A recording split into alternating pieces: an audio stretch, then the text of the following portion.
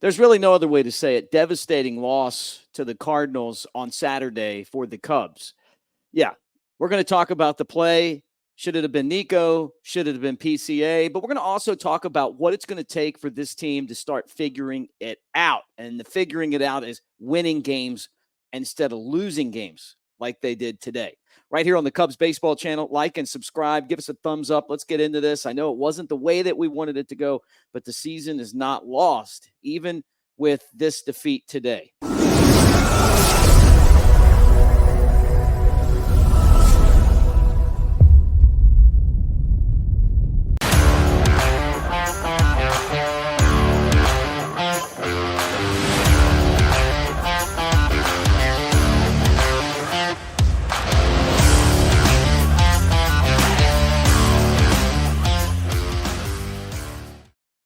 What do you say, everybody? It's Mick Gillespie. Welcome to the Cubs Baseball channel. We appreciate you being here. And look, today's game was one of the toughest games that the Cubs have had this year. And it's not because they lost to the Cardinals. It's because they gave the game to the Cardinals. They had the game.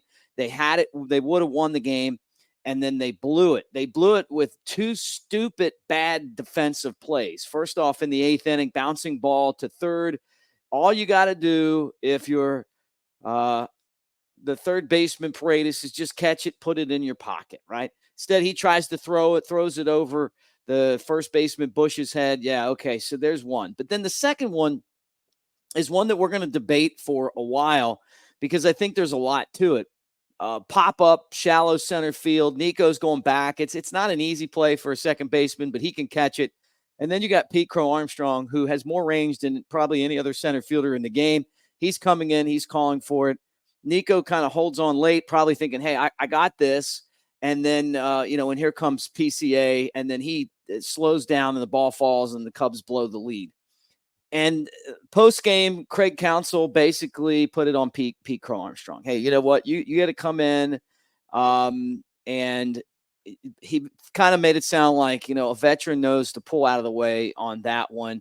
Watching the Cubs post-game, Cliff Floyd was like, no, I think it's Nico's fault, and I get it. I get what he's saying. He's saying, hey, look, you got the best range and defensive outfielder in baseball, possibly. He is a young guy, but he's calling for it. Nico's got to get out of the way and let him make the catch. I think that really it falls somewhere in the middle, ironically, right? Pete Crow-Armstrong had to go a long way to catch that baseball. And it is an easier play for Nico Hoerner at second base. But Nico's got to, if he really thinks that he's going to catch the ball, he's got to turn the Derek Jeter on. And basically, can you see Derek Jeter pulling off of that ball? No, he's not going to. He's going to be like, look, I got it.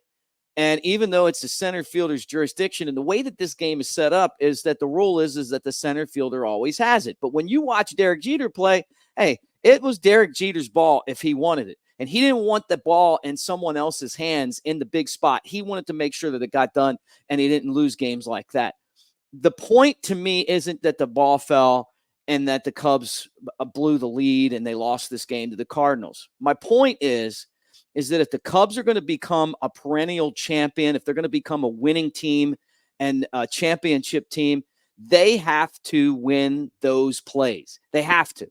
They have to make the smart play. They can't get beat because they beat themselves. If the other team comes out and scores a bunch of runs, yeah, that's fine. That's baseball. That's okay. But to give games away like this team has this year and in that manner, lead late, and basically, you don't know at this level of baseball what to do. The team's just got to decide that they're not going to do that anymore. And the leaders have to lead. And if Nico's one of the leaders, and Pete Crow-Armstrong isn't, and he wants the ball in that play, he's got to go get it. And, yeah, he might get slid into by Pete Crow-Armstrong, or they might collide, or Pete Crow's going to know, hey, look, that's not my ball, or the other way around. Like, he's got to say, hey, I'm out of the way. But championship teams make that play in that moment. And it's like, and I saw Nico post-game, and he's like, 99%, 99 times out of 100 we make that play. Look, 99 times out of 100, you make that play, but you can't miss that play in that moment. in the 8th inning in a game where you got 2 outs and a 2-run lead. Miss that in the 3rd inning of a game when you have a 10-run lead. Okay? Don't do it in that moment against that team when you finally have found some momentum for this season, which really has been such a disaster when you look at all of the good players that the Cubs have and the fact that they just can't seem to put it together. And we used to give David Ross so much trouble last year for different things that didn't go well with the team. But I'll tell you what, that team last year did a lot of things right too. And it's time for this Cubs team to figure out a new personality. Instead of being the guy that trips over his feet every time there's an opportunity to get out of the shadows of being a mediocre club, they always find a way to Charlie Brown the thing and fall on their face. My point is that this team still has a chance. They still have a chance. This season is not gone, and it's because of these wild cards and the fact that no one's really running off with anything. But they've got to figure out how to win that type of game. They can't take any more bad losses like that. You know, losing's one thing, but to lose like that. And my point is they've just got to learn how to win. And if Craig Counsell is worth all of the money that he's getting paid, and I like Craig Counsell, but it's his responsibility to figure out how to turn this team of good individual players into a champion. You know, and you say, well, how do you do that? Well, I'm going to tell you how you do that. Okay. Great organizations have people all the way through their system that work with guys mentally on what to do in certain situations. I'll give you a great example is when the Baltimore Orioles had the Oriole way going, and from this late 60s up until the early 80s, this team was a constant contender. And they had guys like Cal Ripken Sr. You know, Cal Ripken, not the guy that played all the consecutive innings, but if you didn't know it, his dad was actually one of the best instructors in baseball history. Yeah, teaching guys how to play and how to navigate situations in the game. Now, a lot of organizations, including the Cubs, have decided to go away from having baseball people, guys that played 1,000, 2,000, 5,000 games in their career managed or whatever, and put people in that are more analytics driven. The problem with that is that if you don't have those Cal Senior types, you're missing out on teaching what to do in those elite situations. The Smokies had a pitching coach named Storm Davis. You guys are familiar with him. He was a pitcher on the 83 Orioles that won a World Series. He was a pitcher for the Oakland A's in 89 that won a World Series. The guy wasn't never the number one starter on a team, but he was always one of the guys in the rotation that helped you win. And what he told me was, as a young player, Cal Sr., slide over. Hey, man, you know, what did you see in this situation? What happened there? What are you doing in that spot? And Cal Sr. had been coaching baseball for, 30, 40 years. Organizations have to value that. And you can't get to the big leagues and then all of a sudden decide that you're going to start teaching that element of the game. You got to get people that played baseball. You got to get people that played baseball, and you got to get people that played it at the major league level because they understand it. It takes all of them. Look, I'm not saying you get rid of your analytics, but I'm saying that if you don't have that balance, you're going to have players that it's going to be difficult for them to figure out what to do in those situations. And if you watch this Cubs team, and I've watched about every game this year, there's a lot of times where you see the younger players get up there. As much as I want to see them succeed, and stuff like that happens. I agree with Craig Counsell.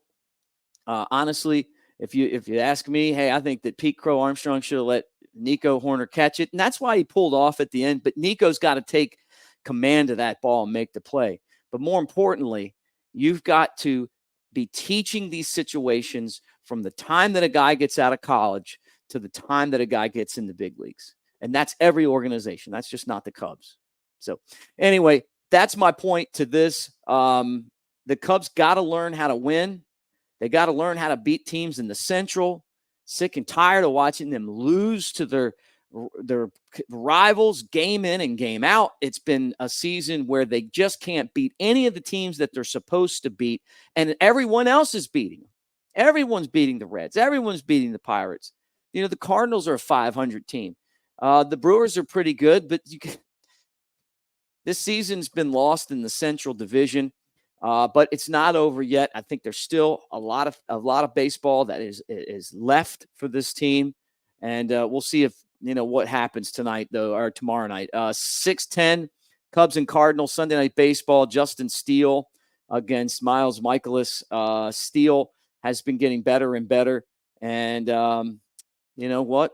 This is going to be a great matchup. Cubs still can win the series if they win this ball game tomorrow. I think this is another must-win for this team just because they're running out of time. But the other thing, too, is I feel like they're a moment away from figuring it out, a moment away from gelling and becoming a team that goes on an incredible run. We'll see if that happens. Thanks for hanging out. Get in the comments section, like and subscribe. Tell me what you think. Maybe you disagree with me. I mean, I've only spent 20 years in baseball, and and I honestly, I meet people every day that have been around the game longer and learn stuff from them every single day. I just think that my whole point is that you can't use analytics to teach baseball.